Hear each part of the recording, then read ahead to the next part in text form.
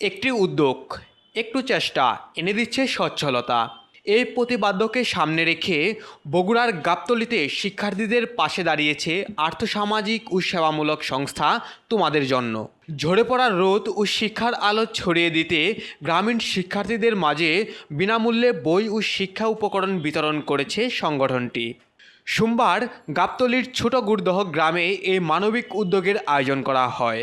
অনুষ্ঠানের শুরুতেই স্বাগত বক্তব্য রাখেন তোমার জন্য সংস্থার নির্বাহী পরিচালক প্রভাষক হামিদুল হক শিলু।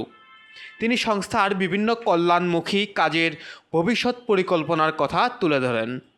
সংস্থার ব্যবস্থাপনা পরিচালক শহীদুল আলম তুষারের সভাপতিত্বে অনুষ্ঠানের প্রধান অতিথি হিসেবে উপস্থিত ছিলেন উপজেলা মহিলা বিষয়ক কর্মকর্তা নাজনীন আক্তার। তিনি এই উদ্যোগের প্রশংসা করে বলেন, গ্রামীণ শিক্ষার উন্নয়নে সরকারের প্রচেষ্টার পাশাপাশি সামাজিক সংগঠনগুলোর এগিয়ে আসা অত্যন্ত জরুরি।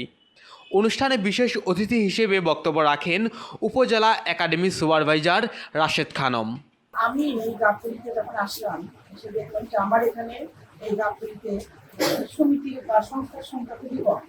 আমি এর আগে সমিতি ছিলাম, ওখানে দেখা যায় ঘরে ঘরে সংস্থা সমিতি।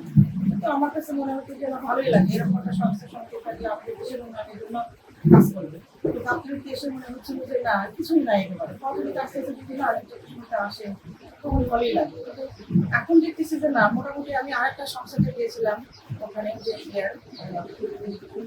মহিলা হাসপাতালের পাশে যেটা, উনিও দেখি ভালো কাজ করে, প্রশিক্ষণ সেন্টার আছে। তারপর আপনারা এখানে তোমাদের সংস্থা পাবেন। হ্যাঁ, এখানে এখানে এসে আমার ভালো লাগে, বিশেষ করে এই যে আপনার যে কাজগুলো উদ্যোগগুলো হাতে নিয়েছে তোমাদের জন্য, মানে বিনামূল্যে এই যে বাচ্চাদেরকে আপনারা বই দিচ্ছেন, তারপরে ব্যাগ দিচ্ছেন, এটা খুবই ভালো।